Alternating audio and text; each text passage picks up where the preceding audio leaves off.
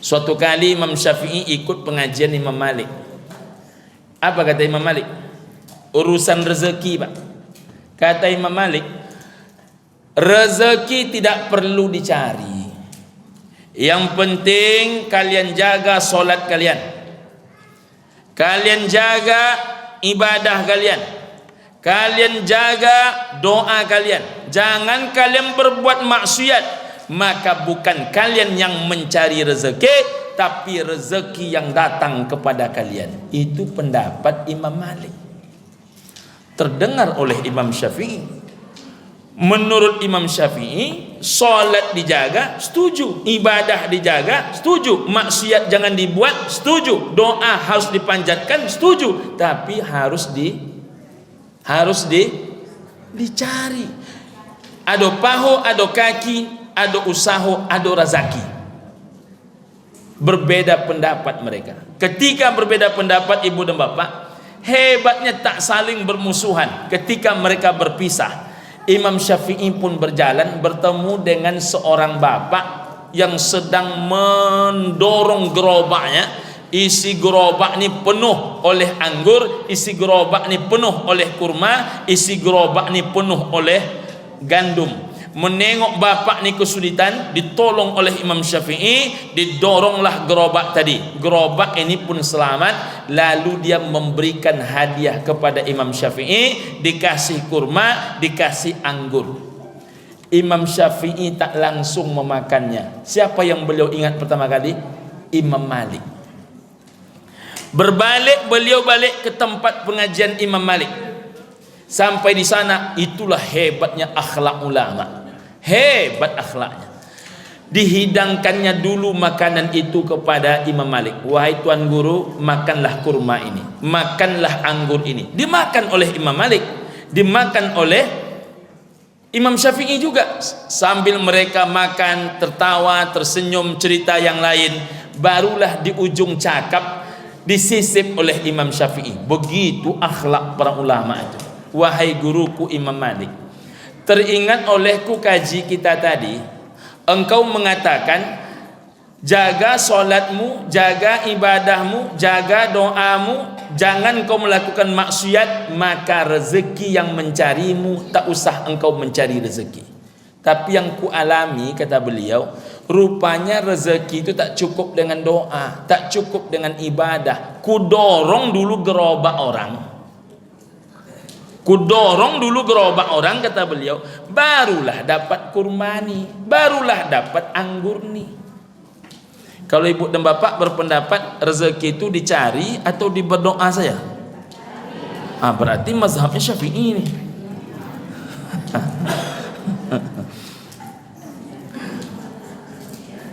Berarti benar pendapatku wahai tuan guru, bahwasanya rezeki itu juga mesti dicari. Apa kata Imam Malik? Rupanya tak berbeda pendapat beliau dengan apa yang beliau sampaikan. Engkau dengan pendapatmu wahai Imam Syafi'i, dan engkau sudah buktikan bahwasanya dengan mendorong gerobak itu maka engkau mendapatkan rezeki. Tapi pendapatku tak salah. Di mana tak salahnya tuan guru?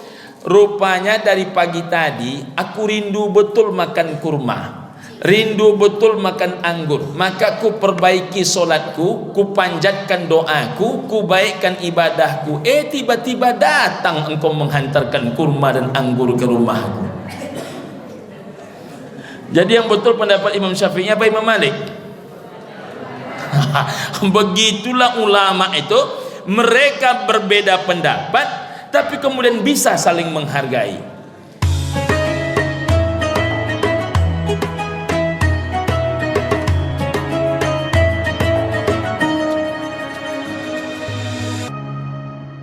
Bismillahirrahmanirrahim. Assalamualaikum warahmatullahi wabarakatuh.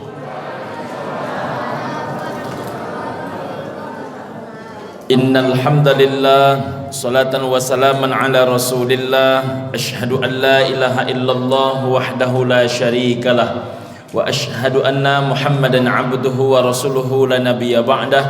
Allahumma salli ala sayyidina Muhammad wa ala alihi wa ashabihi wa mawalah, amma ba'du. Bapak Ketua Umum, pengurus masjid yang kita hormati, ayahanda kami mudah-mudahan sehat selalu, panjang umur, barokah hidupnya, amin ya rabbal alamin. Beserta seluruh pengurus masjid, imam masjid, tokoh masyarakat, Bapak RW, Bapak RT, para alim ulama, asatidz wa asatidzat rahimakumullah, Ketua Majelis Taklim, ibu dan bapak, ayah bunda, saudara-saudaraku sekalian, anak-anak kami yang kami cintai, tamu Allah, sidang jamaah Isya dan jamaah pengajian halal bihalal. Insyaallah semua kita adalah tamu yang dimuliakan Allah Subhanahu wa taala. Amin ya rabbal alamin. Ibu dan bapak rahimakumullah. Halal bihalal. Kalau ibu dan bapak buka kamus bahasa Arab, lalu ibu dan bapak cari kata halal bihalal, sedari halaman pertama sampai tamat buku ataupun kitab kamus bahasa Arab, rupanya ibu dan bapak takkan bertemu kata halal bihalal. Lalu pergi ibu dan bapak ke Mekah atau ke Madinah, ibu dan bapak tanya kepada orang-orang Arab yang di Mekah dan di Madinah, wahai orang Arab, apa arti halal bihalal? Rupanya orang Arab pun tak tahu arti halal bihalal. Macam itulah hebatnya orang Indonesia ini berbahasa Arab, ibu dan bapak. Sampai-sampai orang Arab pun tak bisa menerjemahkan bahasa Arabnya. Ibu dan bapak rahimakumullah, di antara pendapat mengatakan siapa yang pertama kali menginisiasi halal bihalal, orangnya adalah Bung Karno. Mengapa Bung Karno perlu menginisiasi halal bihalal? Dari tahun 45 ke tahun 48, ibu dan bapak, ditengok sebuah fenomena oleh Bung Karno. Indonesia ini menurut Bung Karno aneh. Kalau lawannya jelas, ketika ada Belanda bersama-sama melawan Belanda, ketika ada Jepang bersama-sama melawan Jepang, tapi Belanda pergi, Jepang pun kalah, akhirnya sesama anak bangsa saling berlawan. Jadi ibu dan bapak rahimakumullah, heran Bung Karno, tak ada lawan maka kawan dijadikan sebagai lawan. Persoalan kita hari ini ibu dan bapak rahimakumullah, banyak orang yang tak tahu siapa kawan siapa lawan, dan terkadang terbalik, menjadikan kawan menjadi lawan, menjadikan lawan menjadi kawan. Apalagi setelah keputusan MK ini ibu dan bapak rahimakumullah. Ibu dan bapak, ayah bundaku rahimakumullah, maka siapa yang ditemui oleh Bung Karno, pergi beliau ke Jawa Timur, yang ditemuinya bernama Kiai Haji Wahab Hasbullah. Siapa beliau? Beliau ini salah satu ulama sangat karismatik dan sangat dikenal di Jawa Timur. Sesampai bertemu dengan Kiai Haji Wahab Hasbullah, disampaikan oleh Bung Karno, beri saya ide Pak Kiai, bagaimana cara mempersatukan para tokoh-tokoh bangsa ini yang mereka semuanya bisa berkumpul tanpa mereka merasa diperintah. Kira-kira nama acara mengumpulkan mereka apa? Kata Pak Kiai Haji Wahab Hasbullah, nama acaranya adalah Silaturahim. Nama acaranya adalah Silaturahim. Apa kata Bung Karno? Kalau nama acaranya Silaturahim, mereka tak akan datang. Karena kalau disebut Silaturahim, biasanya orang bila hatinya berlawan itu cenderung tak akan datang ibu dan bapak rahimakumullah. Dia sudah punya prediksi, iku acara membasuh-basuh telinga ambo ajo iku, kata dia. Jadi macam mana caranya? Buat sebuah nama yang tak umum mereka ketahui. Maka berfikir keras Kiai Haji Wahab Hasbullah, muncullah sebuah ide, nama acara itu adalah halal bihalal, mempertemukan dua yang halal, halal dengan halal. Kalau bertemu dua yang halal, maka terjadi saling halal menghalalkan, saling boleh membolehkan, saling ikhlas mengikhlaskan, saling rela merelakan, saling maaf memaafkan. Kalau sudah terjadi itu ibu dan bapak rahimakumullah, maka menjadi dekatlah segala yang berjarak, menjadi rekatlah segala yang retak, menjadi tersambunglah segala yang putus, menjadi cairlah segala yang membeku, Maka kalau ada orang setelah halal bihalal yang beku semakin membeku, yang kusut malah menjadi kusut masai, maka berarti percuma dia hadir acara halal bihalal. Ayah, bunda, ibu dan bapak, saudaraku sekalian rahimakumullah, ibu dan bapak yang berbahagia. Nah, dari mana kita mesti mengawali halal bihalal ni? Banyak sekali ibu dan bapak rahimakumullah. Dulu ibu dan bapak, ketika Nabi meninggalkan kota Mekah menuju ke kota Madinah, Nabi meninggalkan kota Mekah itu tanggal 1 Rabiul Awal. Sampai Nabi di simpang Panam kota Madinah. Simpang Panam kota Madinah itu Pak Ketua, namanya Saniyatul Wada. Makanya ada syairnya, Tala'al badru alaina min saniyatil wada.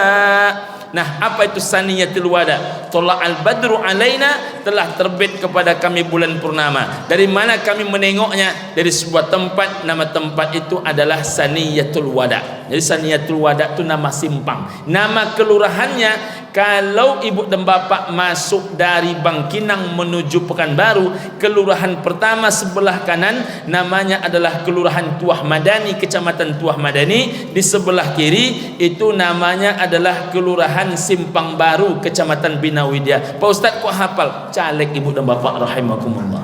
Jadi kalau ada caleg tak tahu nama kelurahan, diragukan kecalegannya ibu dan bapak yang berbahagia. Jadi nama simpangnya adalah Saniyatul Wada. Apa nama kelurahan pertama pada daerah Saniyatul Wada? Nama kelurahannya adalah Kelurahan Kuba. Baru Nabi sampai tanggal 7 Rabiul Awal, Nabi istirahat hanya 8 hari. Nabi istirahat hanya 4 hari. 8, 9, 10, 11 Rabiul Awal. 12 Rabiul Awal harinya adalah hari Senin. Nabi mulai membangun kota Madinah. Belum sampai ke tengah kota Madinah, baru pinggiran kota Madinah. Tetapi kemudian konsep masyarakat madaninya sudah diawali dari pinggir. Dari mana mesti membangun masyarakat itu Pak Ustaz? Dicontohkan oleh Nabi SAW, membangun masyarakat mesti diawali dari masjid. Nabi membangun Masjid Kuba di daerah Kelurahan Kuba, di Kecamatan Kuba. Ibu dan bapak rahimakumullah, muslimnya bisa dihitung dengan jari. Luas Masjid Kuba itu adalah 15 depa kali 15 depa. Kalau dimeterkan 22,5 meter kali 22,5 meter. Berapa lama siapnya Pak Ustaz? Dibangun hari Senin tanggal 12 Rabiul Awal, siapnya adalah hari Kamis tanggal 15 Rabiul Awal. Jadi 12, 13, 14, 15 Rabiul Awal. 4 hari siap. Masjid Al-Munawwarah ini berapa hari dulu menyiapkan ibu dan bapak rahimahumullah? Hah? Berapa hari? Berapa hari, berapa bulan?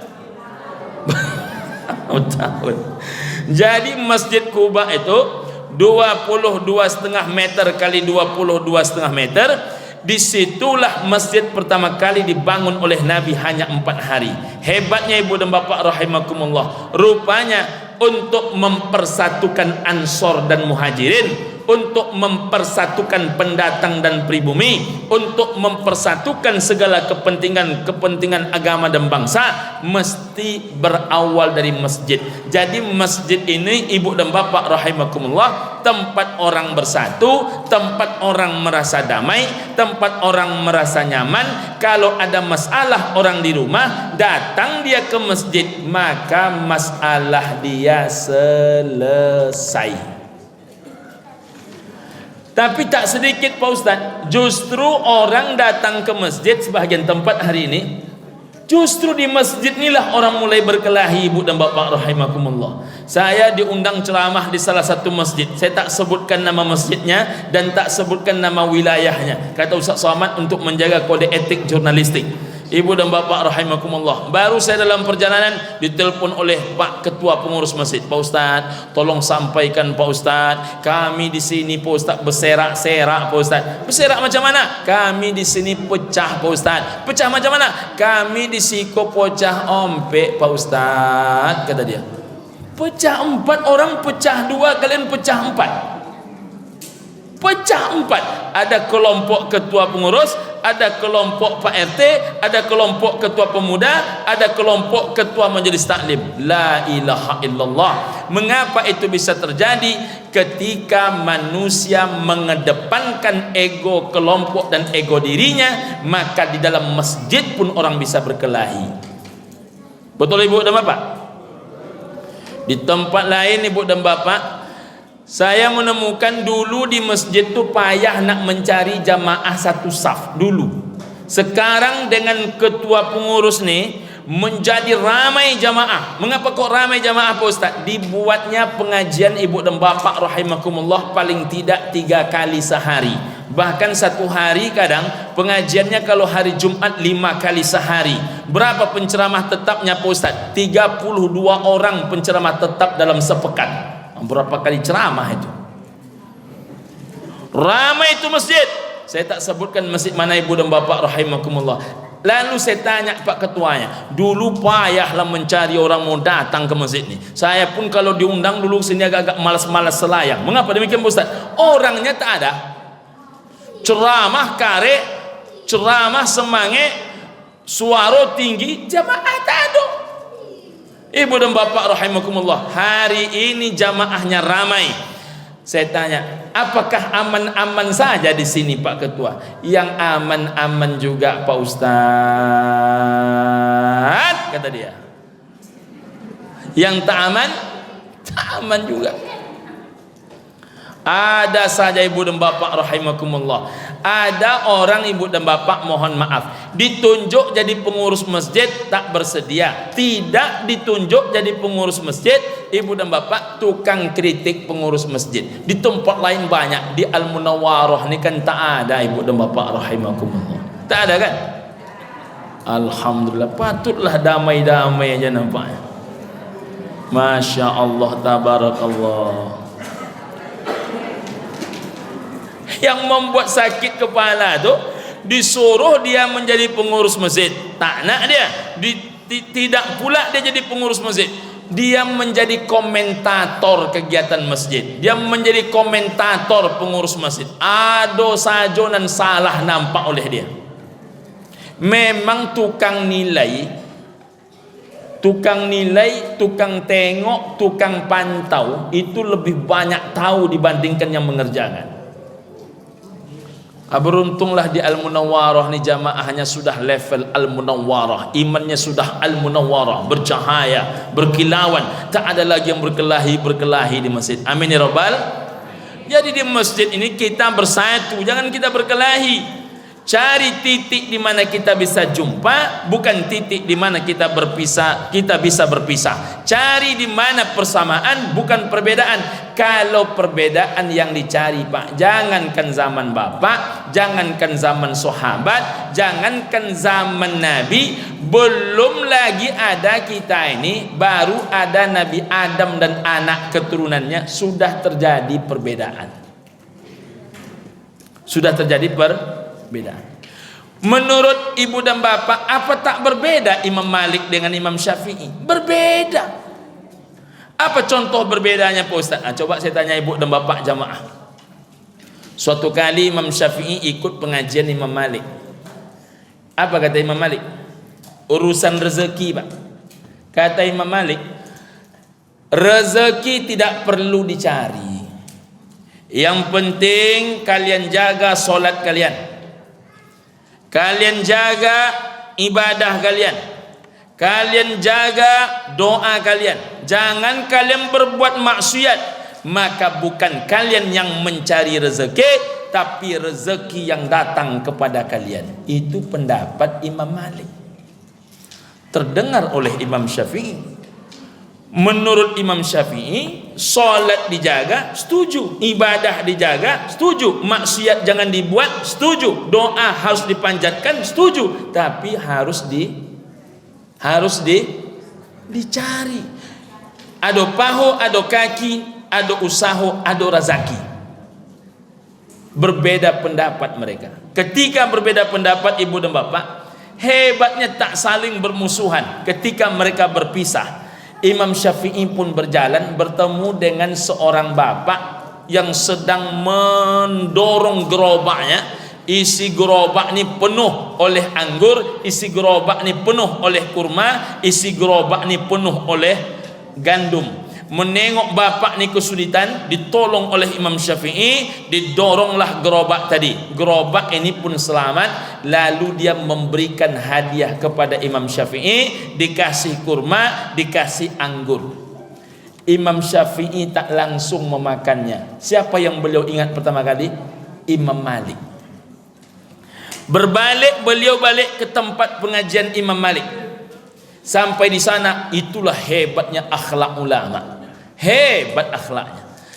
Dihidangkannya dulu makanan itu kepada Imam Malik. Wahai tuan guru, makanlah kurma ini, makanlah anggur ini. Dimakan oleh Imam Malik, dimakan oleh Imam Syafi'i juga. Sambil mereka makan, tertawa, tersenyum, cerita yang lain, barulah di ujung cakap disisip oleh Imam Syafi'i. Begitu akhlak para ulama itu.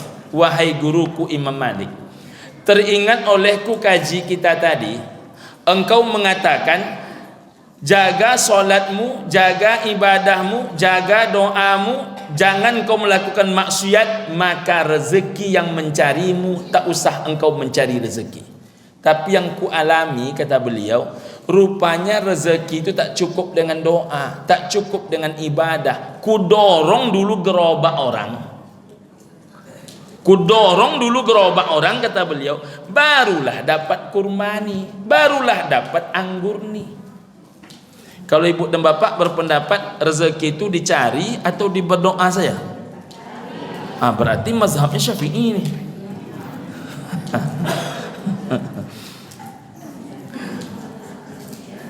Berarti benar pendapatku wahai tuan guru, bahwasanya rezeki itu juga mesti dicari. Apa kata Imam Malik? Rupanya tak berbeda pendapat beliau dengan apa yang beliau sampaikan. Engkau dengan pendapatmu wahai Imam Syafi'i, dan engkau sudah buktikan bahwasanya dengan mendorong gerobak itu maka engkau mendapatkan rezeki. Tapi pendapatku tak salah. Di mana tak salahnya tuan guru? Rupanya dari pagi tadi aku rindu betul makan kurma, rindu betul makan anggur, maka ku perbaiki solatku, ku panjatkan doaku, ku baikkan ibadahku. Tiba-tiba datang engkau menghantarkan kurma dan anggur ke rumahku. Jadi yang betul pendapat Imam Syafi'i apa Imam Malik? Begitulah ulama itu, mereka berbeda pendapat tapi kemudian bisa saling menghargai. Ibu dan bapak, itu kan ulama Pak Ustaz. Balikkan kepada zaman sahabat Nabi, Masya Allah. Jangan bapak kira zaman sahabat Nabi tak ada perbedaan. Banyak perbedaan. Mana contohnya? Datang seorang laki-laki menghadap kepada Sayyidina Utsman. Buka dalam kitab Sahih Muslim.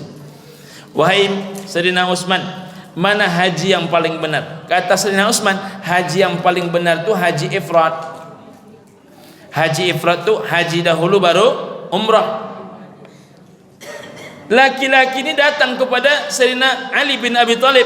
Wahai Sayyidina Ali bin Abi Thalib, mana haji yang paling benar? Kata Ali bin Abi Thalib, haji yang paling benar itu adalah haji tamattu. Apa itu haji tamattu? Umrah dahulu baru berhaji. Kalau kita di Pekanbaru ini mayoritas itu adalah tamattu, kecuali yang berangkat di akhir. Tadi saya dapat informasi 5 pertama itu tamattu, 3 terakhir itu adalah ifrad. Ibu dan bapak rahimakumullah, apa kata salah satu jamaah yang berangkat ifrad? Ini salah satunya pembimbing, mohon maaf mungkin tak tuntas menjelaskan. Apa katanya? Sayangnya Pak Ustadz, saya berangkat gelombang terakhir, jadi saya ini haji ifrad, jadi haji saya ini tak utama, kata dia. Ini salah penjelasan ibu dan bapak rahimakumullah. Ketika ditanya kepada Sayyidina Utsman, wahai Utsman, mengapa menurutmu lebih utama haji ifrad dibandingkan haji tamattu? Kata Sayyidina Utsman, tidak mungkin kalah yang sunat oleh yang wajib. Maaf, tidak mungkin kalah yang wajib oleh yang sunat. Maka dahulukan yang wajib haji, baru kemudian laksanakan yang sunat umroh. Ditanyakan kepada Sayyidina Ali bin Abi Thalib, mengapa lebih afdal tamattu dibandingkan ifrad wahai Ali? Karena begitulah Nabi mengerjakan, kata Ali. Nabi mengerjakan haji sekali cuman seumur hidupnya, itu hajinya adalah haji tamattu. Ditanya lagi kepada Utsman, bukankah Nabi mengerjakannya adalah tamattu wahai Utsman? Benar, kata Utsman, tapi aku yakin itu karena Nabi mengerjakannya hanya sekali. Kalau sempat Nabi haji 2 kali, maka aku bisa memastikan Nabi haji yang kedua akan mendahulukan haji ifrad daripada tamattu. Dua-duanya menantu Nabi, dua-duanya cerdas, dua-duanya saleh, dua-duanya sahabat terdekat, dua-duanya ahli syurga. Ibu dan bapak rahimakumullah, mana yang paling benar? Ketika mereka berjumpa, apa kata Sayyidina Utsman kepada Ali? Ali, kalau begitu engkau kerjakan apa yang engkau yakini, aku lakukan pula apa yang aku yakini. Apa kata Sayyidina Ali bin Abi Thalib? Aku kerjakan apa yang aku yakini, syaratnya engkau harus ikut apa yang aku yakini. Apa yang terjadi kemudian? Kalaulah Utsman itu keras, tidak bisa, pecah persaudaraan.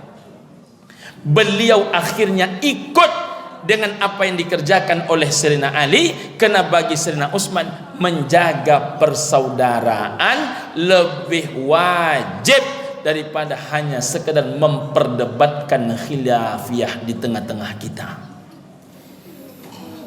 Sepakat ibu dan bapak? Jadi jangan kita ini bercekau-cekau, jangan kita ini berkelahi. Dulu kita tidak banyak pengajian, tak ada berkelahi. Semenjak mulai mengaji berkelahi, hanya masalah jari. Ada yang jari kawan ini bergerak-gerak, ada yang jarinya tak bergerak, hanya sekali gerak. Yang bergerak-gerak tak sunnah nampaknya. Yang sekali gerak, ngapu lo menggarik-garik jari, nyombik ragu awak aja dia, kata dia. Kadang ditangkapnya jadi kawan tuh. Padahal ibu dan bapak, sedari pangkal solat sampai selesai solat, Nabi mengajarkan muka dan wajah kita ini menghadap ke arah tempat sujud, kecuali dalam 1 ataupun 2 peristiwa. Kapan tuh Ustaz? Ketika tasyahud, ketika tahiyat awal, tahiyat akhir. Di mana posisi mata memandang waktu tahiyat awal, tahiyat akhir?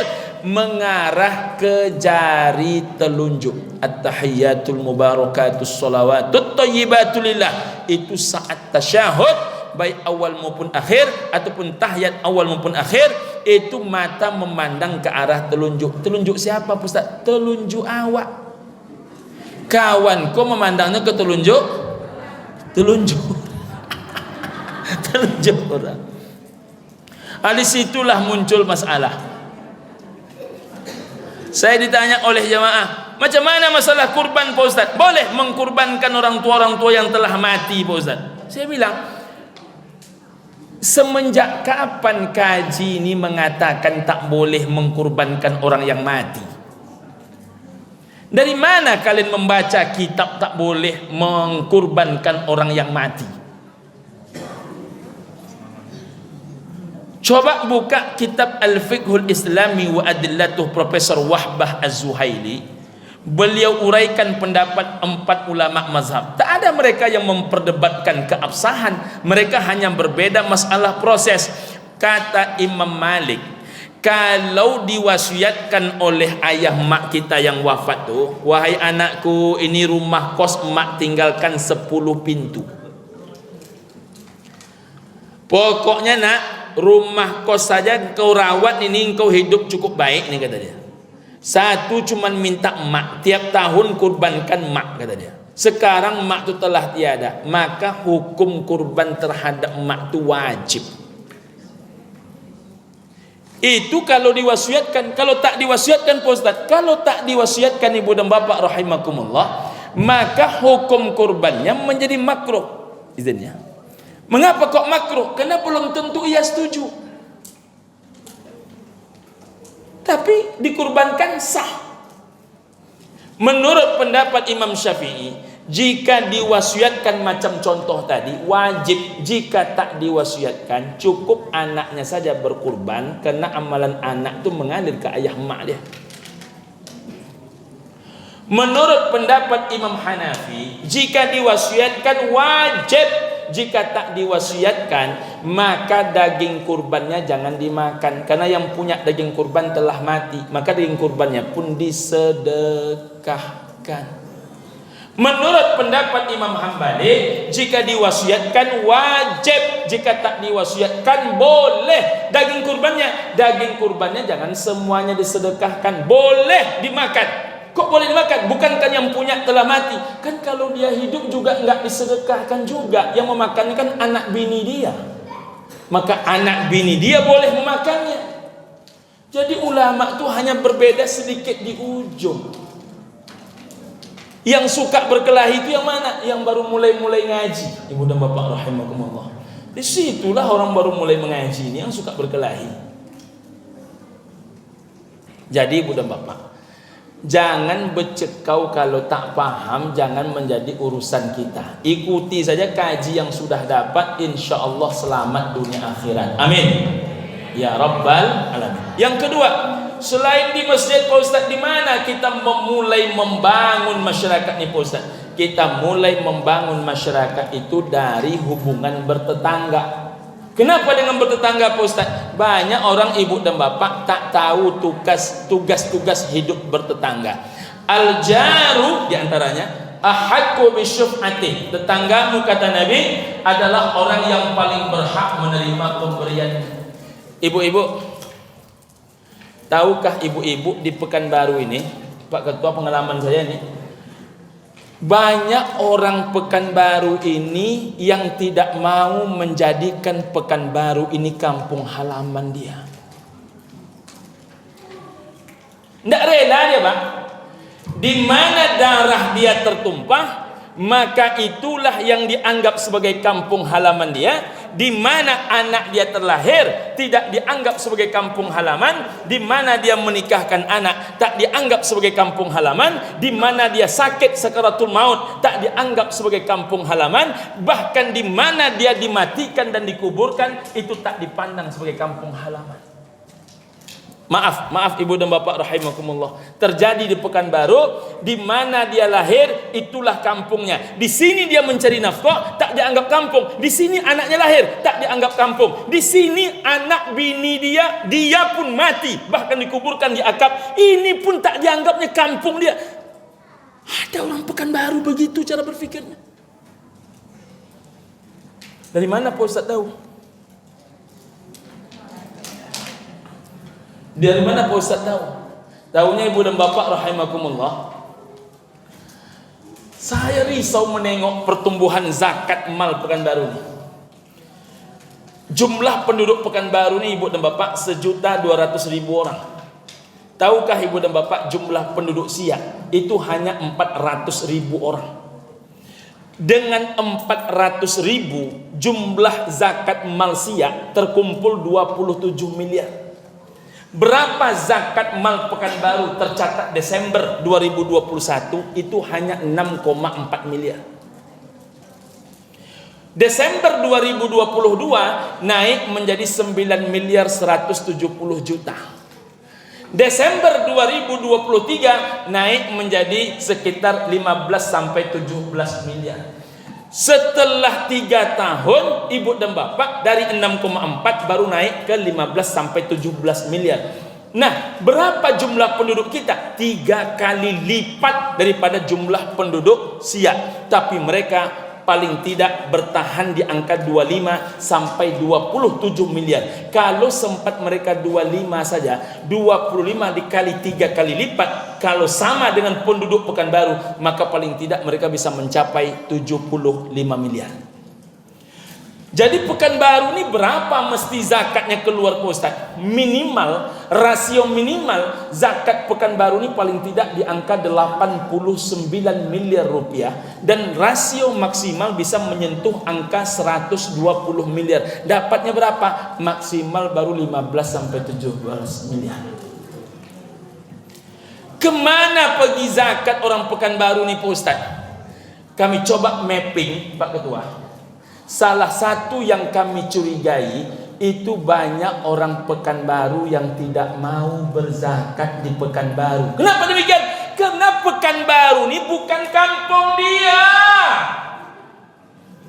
Ini bukan kampung dia. Dia hanya numpang mati di sini. Dia hanya numpang melahirkan anak di sini. Dia hanya numpang mencari nafkah di sini. Tapi bukan kampung dia. Matinya di sini. Kalau kita di jalan Meranti aja Anda Ketua, di mana kuburnya? Masih Akap juga ya? Akap dan Uka. Hantarkan ke Uka. Tinggal dia di Meranti. Kenapa tidak di Meranti dikuburkan? Bukankah matinya di Meranti? Kok dihantarkan ke Uka? Kok dihantarkan ke Akap? Apa artinya? Berarti Akap itu kampung dia juga mestinya. Uka itu mestinya kampung dia juga. Anehnya, tempat dia mati tak dianggapnya kampung. Tempat dia tertumpah darah, itu dianggapnya kampung. Lalu dia berucap, di ma bumi dipijak, di situ langit dijunjung. Apa yang apa pijak, apa yang apa junjung? Yang apa pijak apa? Yang ibu junjung itu apa? Ibu bapak tahu, mohon maaf saya nih, Nabi Muhammad tuh orang Mekah Pak, cari uang di Madinah Pak. Tidak pernah Nabi sekalipun membayar zakat di Mekah Pak.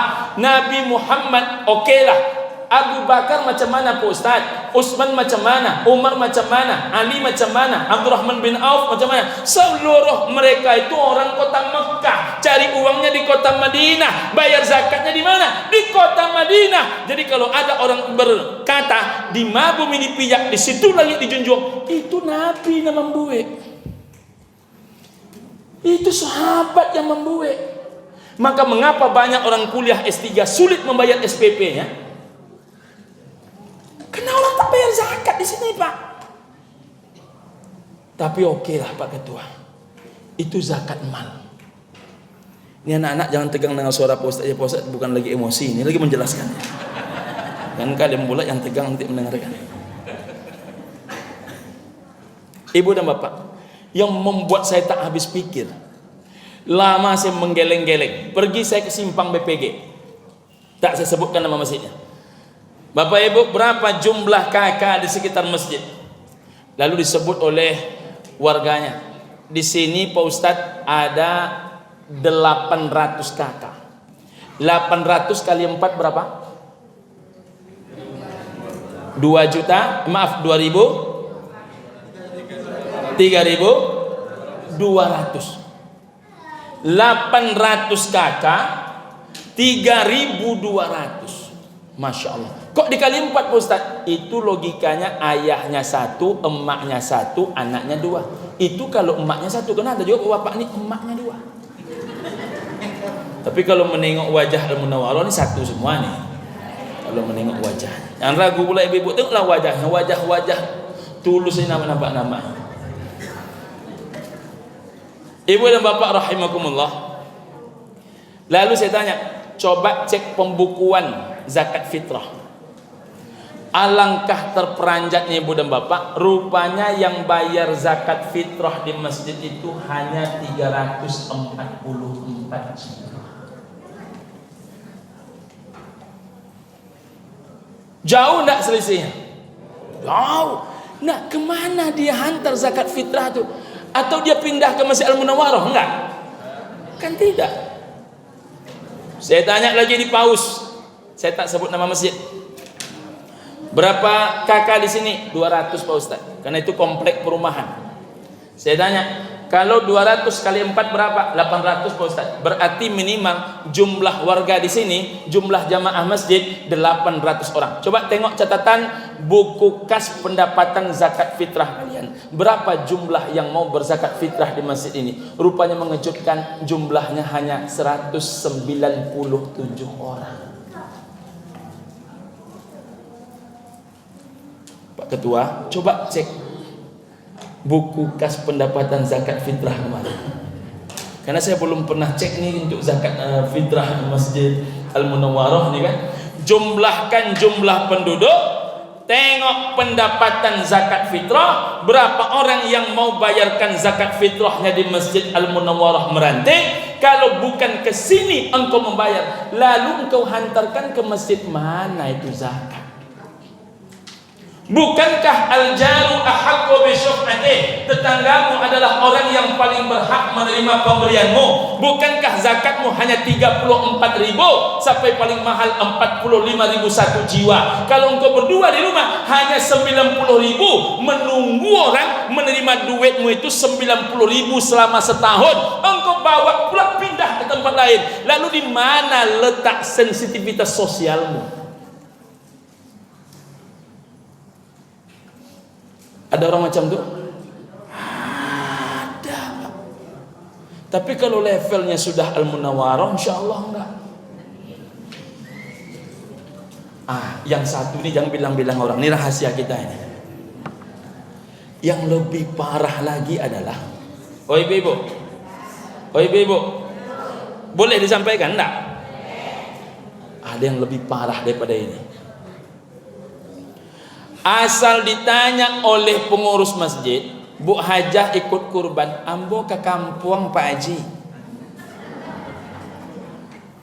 Asal ditanya oleh panitia kurban, ambo ke kampung Pak. Berkurban ke kampung, asal bapitih ke kampung, diantanyo daging kurbannya ke kampung, tapi daging kurban orang inyo dan manarimo. Itu di tempat lain banyak, di sini yang tak ada. Bu, kurban dia hantarkan ke kurban orang, ini menerima. Sudahlah kurban dia dihantarnya ke kampung, kurban orang dia yang menerima. Inyo pulo pertama kali datang membawa kupon kurban. Dapet sakete inyo pun protes, ambo dapet nan sekali ko segadang ko nan dajang inti sekalabiahan tu agleme isinya kata dia bakasia pula itu kata dia. La ilaha illallah.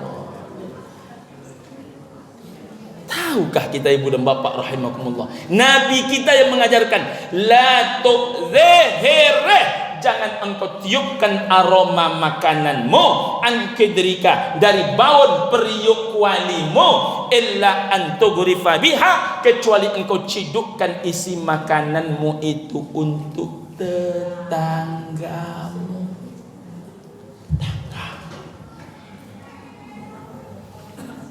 Begitu Nabi mengajarkan. Makanya orang-orang kampung dulu Pak, maaf saya ini, berbuah saja pisang sebatang Pak, pernah dia makan sendiri? Oh enggak Pak, dia hantar, anto ku masih anu, anto ku masih anu, anto ku masih anu, anto ku masih anu. Kalau sudah disapa batang jambunya, buah jambunya Pak, itu ndak enak hati dia. Lobek buah jambu etek yo teh, itu ndak enak hati dia. Diambilnya penjuluk, langsung dijuluknya buah jambu itu, tunggu nak. Sudah lama taroga de etek mambai waang, kata dia. Entah iya entah tidak ibu dan bapak rahimakumullah, langsung dijuluknya, paling tidak setengah kantong asoy diberikannya kepada kita. Begitu orang dulu mengamalkan kaji. Cobalah nanti bapak ibu praktekkan, nanti keluar dari masjid nampak orang kalau lebat buah manggaan, coba sapa. Lebat buah mangga apa-apa, mondek Pak Ustaz, ndak seketek mani do Pak Ustaz, kata dia. Nabunyo tobal, bijinya tipih, maha tampang go Pak Ustaz. Awak mendangakan maha tampang tu loyo langsung ibu dan bapak rahimahullah.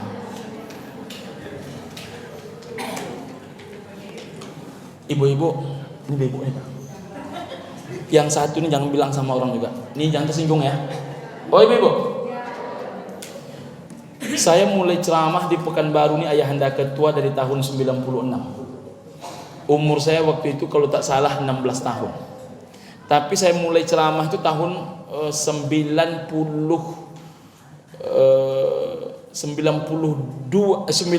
kalau saya tak salah. 92. Saat itu saya masih 12 tahun. Jadi ibu dan bapak rahimakumullah, sudah mulai saya ceramah tuh di pulau, di Muara Uwai, di Bangkinang itu, ibu dan bapak rahimakumullah, masih belasan tahun. Jadi ibu dan bapak masuk tahun 96 ke Pekanbaru, mulailah ceramah-ceramah. Ibu dan bapak yang berbahagia. Sampai kemana Ustaz paling jauh? Memang tentu tidak sama dengan Ustaz Somad, tapi paling tidak ibu dan bapak saya sampai ke Aceh, saya sampai ke Medan, saya sampai juga ke Jambi, ke Bengkulu, sampai juga saya ibu dan bapak ke Sumatera Barat, ke Kepulauan Riau. Adalah beberapa provinsi ibu dan bapak rahimakumullah. Tahukah ibu dan bapak, mohon maaf saya, di mana setiap acara Maulid Nabi pakai makan? Di kampung-kampung.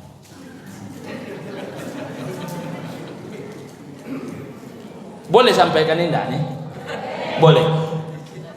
Di mana yang setiap Maulid Nabi pakai makan? Di mana Isra wal Mi'raj pakai makan? Halal bihalal makan. Tahun baru Islam makan.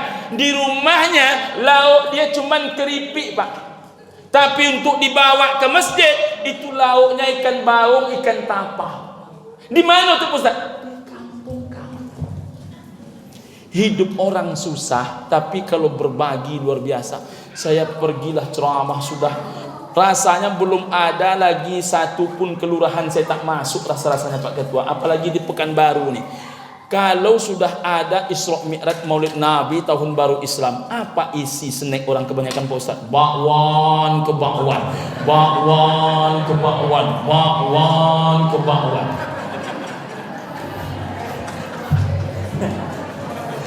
Jangan ibu bilang ke orang lain, ini rahasia kita ya nih. Saya tengok kalau buah pisang manis itu mainnya kan 15.000, 20.000. Martabak, lalu isi rata-rata bakwan disoles.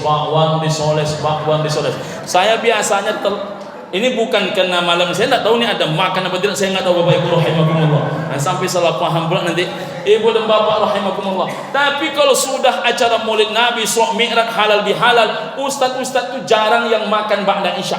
Dia harus berlari satu masjid ke masjid yang lain. Tahu pengurus masjid. Jadi Pak Ustaz belum makan. Kalau saya makan dulu Pak, terlambat pengajian. Maka lanjut saja pengajian. Pokoknya saya jangan lama-lama menunggu, karena supaya tak lama pula saya menahan lapar, saya nyampe. Jangan bapak semacam pengurus yang lain. Macam mana pengurus yang lain Pak Ustaz? Sudah jam 10 saya baru berceramah. Acara inti, acara yang ketujuh, tabligh akbar Maulid Nabi, hari ini disampaikan oleh Ketua Umum IKMI wilayah Kota Pekanbaru. Tapi ketujuh Pak, jam 10 seperempat ceramah. Ketika jamaah matonyo tabuka, mako tokoh ini, ketua ini yang sambutan. Waktu jamaah lah mulai talalok, disitulah Ustaz mulai ceramah ibu dan bapak rahimakumullah. Makanya saya kalau ada jamaah yang tertidur saya ceramah, saya tak marah. Tapi di Masjid Al-Munawwarah luar biasa, sambutan langsung ceramah. Ini semua sambutan. Mulai ketua penitia Ramadan, ketua pembuka ini, ketua penutup itu, macam sambutan. Ibu dan bapak rahimakumullah. Makanya salah satu usulan para ulama, kadang ceramah itu tidak ada, hanya mendoa. Ustaz ini diundang hanya tok mendoa. Acara terakhir, acara yang ke-12, doa oleh Ustaz Haji Edi Azhar. Awak disuruh datang jam ompek di situ. Mendoa ini jam 6:20 ibu dan bapak rahimakumullah. Saya ada berkunang-kunang incik mata saya itu. Lama juga lagi saya bilang. Jadi ibu dan bapak rahimakumullah, minta maaf saya ini. Di kampung tuh kadang segan kita nak makan. Kenapa demikian? Rumah tempat menyambut kita makan tuh kecil. Dia bukan orang kaya, tapi kalau dalam urusan memberi, Ibu-ibu, ini kan musim kurban. Di kampung-kampung tuh mak kita tuh hanya jualan kunyit dia, jualan serai dia, jualan daun pisang dia. Itu tiap tahun kurban. Di Pekanbaru inilah saya jumpa PNS ada tak kurban, ada polisi tak kurban, ada hakim tak kurban, ada jaksa tak kurban, ada ustadz tak kurban. Tapi kalau anggota DPRD tak kurban itu kelewatan tuh Ibu dan Bapak rahimahumullah. Lewatan dia. Tak layak dia disebut tu mewakili rakyat ini. Ibu dan Bapak rahimakumullah, ini persoalan kita. Lebih khusus Ustaz terakhir.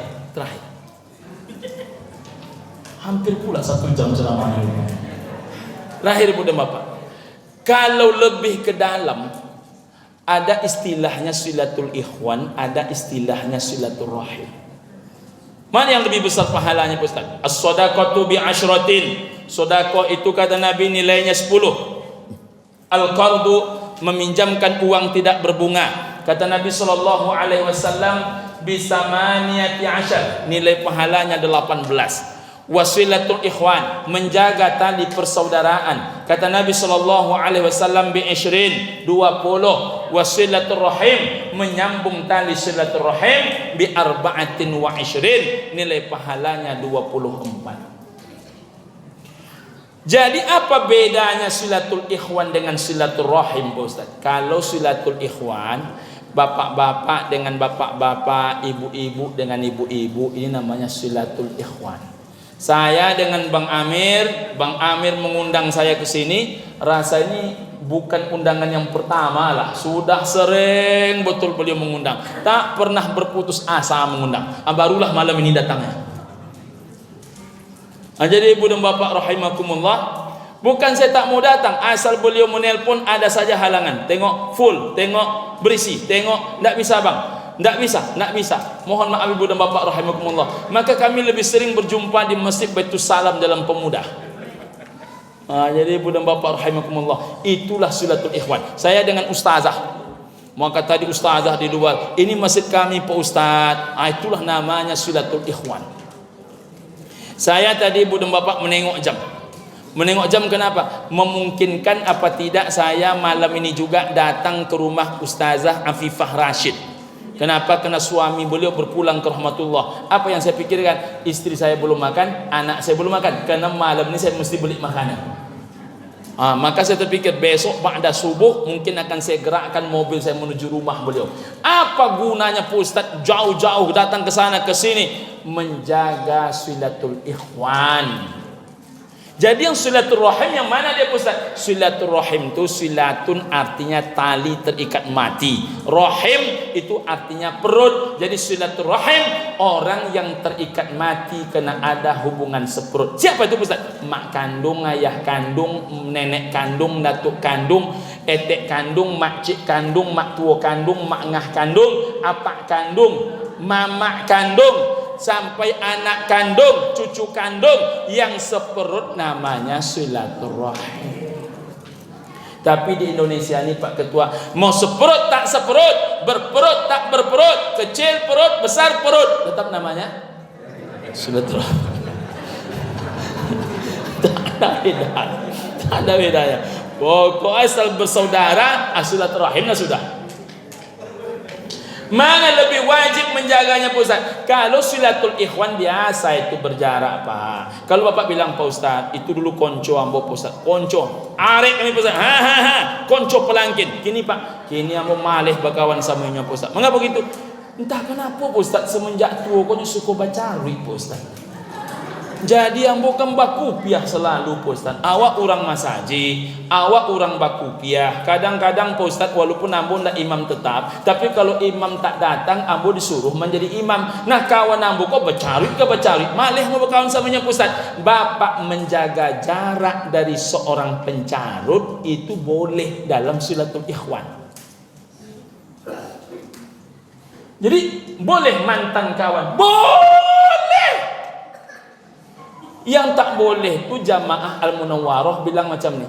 Itu dulu Pak Ustaz mantan adik kandung ambo tuh Pak Ustaz. Inyo tuh dulu kan adik kandung kami itu Pak Ustaz. Dulunya adik kandung ambo sama saya. Tapi karena banyak perangannya Pak Ustaz, ambo berantian menjadi adik kandung Pak Ustaz. Itu jangan ada pula nanti jamaah Al-Munawwarah ngomong macam tuh. Jadi orang terikat hubungan seperut itu tak putus oleh perangai. Makanya salah satu yang paling disukai oleh ayah emak kita yang telah tiada ketika menengok anak-anaknya bersatu setelah mereka mati. Tapi biasanya ibu dan bapak wafat ayah, wafat emak, mohon maaf kadang anak ini pun tak lagi mau pulang kampung menengok adiknya. Saya kalau saya marah besar situ Pak Haji, kalau hari raya pertama tak nampak salah satu adik saya, maka hari raya kedua paling tidak mesti sampai semuanya ke kampung. Jangan coba-coba tidak. Jangan sampai kalau ayah emak tak ada lalu kalian berubah.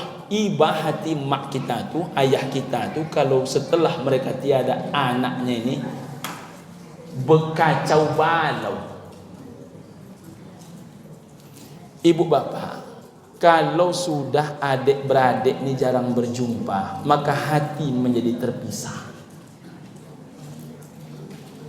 Maka Pak sering-sering berjumpa adik beradik, sering-sering berjumpa. Ini tidak ke rumah Pak RT sudah datang dia, ke rumah adiknya nggak datang dia. Nama bini Pak RT ingat dia, nama bini adik kandung dia lupa dia. Nama bini Pak RT ingat dia, nama bini dia tak ingat dia, nama bini adik kandung dia tak ingat dia. Pak Ustadz ingat semuanya, insya Allah. Nama adik kandung, nama ipar kandung, nama semua keponakan, kelas berapa dia, tahu semua. Tahu semua. Ini ada pula orang mohon maaf, jangankan nama keponakan dia, kadang nama bini lupa dia. Saya mohon maaf nih Pak Ketua, saya kan kalau berbicara dengan istri saya itu memanggil sayang. Jadi saya lagi menelpon itu, ya yang saya bilang, ada bapak-bapak depan saya senyum-senyum dia, senyum-senyum. Apa maksud bapak nih senyum-senyum, saya bilang. Setelah saya menelpon saya tanya, ada apa Pak? Jadi Pak Ustadz manggil ibu di rumah apa? Sayang Pak. Ada yang salah Pak? Enggak. Terus kenapa bapak senyum-senyum? Nah ada Pak Ustadz, ambo takana kawan ambo. Kenapa kawan bapak? Kawan ambo tu memanggil bini sayang juga Pak Ustadz. Ambo tanya kepadanya, kenapa angku memanggil bini angku sayang? Ambo lupa namanya kejadian. Lupa nama bini. Nah, jadi ibu dan bapak rahimakumullah,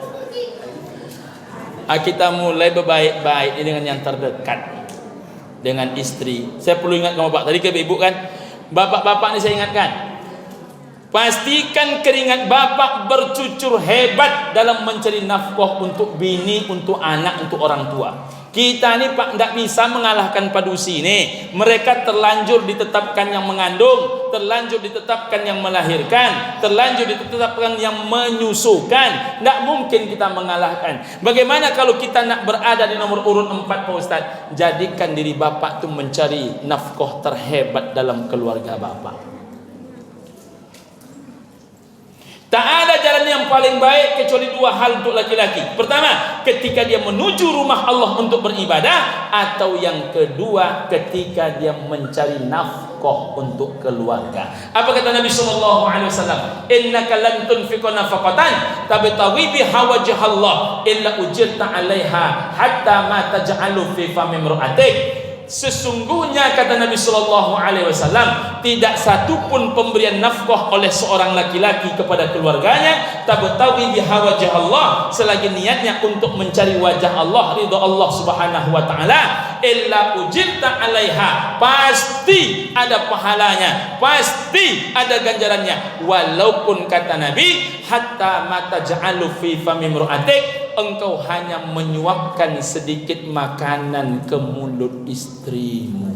Masya Allah. Jangan kenapa bakureh mencari titik, apa menyuapkan seketek makanan ke mulut bini apa aja, itu pun bapak halo. Selagi yang bapak suapkan itu bini bapak. Ya Bu. Ya kadang-kadang ada pula bapak-bapak ini kalau bininya tak semangat dia menyuapkan, tiba bini ulang nak menyuap di kerajaan. Nah, jadi kita ini pastikan sudah 1 jam ceramah ini berlangsung. Tadi kita mulai jam 8:30, sekarang sudah jam 9:30. Itulah yang dapat ibu bapak saya sampaikan pada pertemuan kali ini. Kalau ibu dan bapak berkenan, simaklah ceramah-ceramah kami di YouTube. Nama channelnya Abi Edi Azhar Official, atau boleh juga ketik Edi Azhar atau Abi Edi Azhar atau Ustaz Edi Azhar. InsyaAllah itu di YouTube banyak yang keluar. Terima kasih ibu dan bapak rahimakumullah. Mari kita tutup dengan doa. Na'udzubillahi minasyaitonir rajim. Bismillahirrahmanirrahim. Alhamdulillahirabbil alamin. Allahumma salli ala Muhammad wa ala alihi wa ashabihi ajma'in. Allahumma ighfir lana dhunubana wa liwalidina warhamhum kama rabbawna shighara wa li jami'il muslimina wal muslimat wal mu'minina wal mu'minat al ahya'i minhum wal amwat innaka sami'un qaribun mujibud da'wat wa yaqadil hajat. Allahumma anzilir rahmah wal barakah wal afiyah wal maghfirah was sihha wal quwwata wal hidayah wal inayah ala hadhihi niyyah wa ala hadhil jamaah ya rabbal alamin. Allahumma ja'alna minasy-syakirin wa ja'alna minas-sabirin wa ja'alna minat-tawwabin wa ja'alna min ibadika salihin wa ja'alna minas sajidin liwajhikal musabbihin bihamdik wa na'udzubika minal mutakabbirin. Rabbana atina fid dunya hasanah wa fil akhirati hasanah wa qina adzabannar wa adkhilna jannata ma'al abrar ya aziz ya ghaffar ya rabbal alamin. Walhamdulillahirabbil alamin. Untuk hadiah biarlah Bang Amir yang mengkondisikan, buah duku, buah kedondong. Maafkan aku dong. Billahi taufiq wal hidayah. Assalamualaikum warahmatullahi wabarakatuh.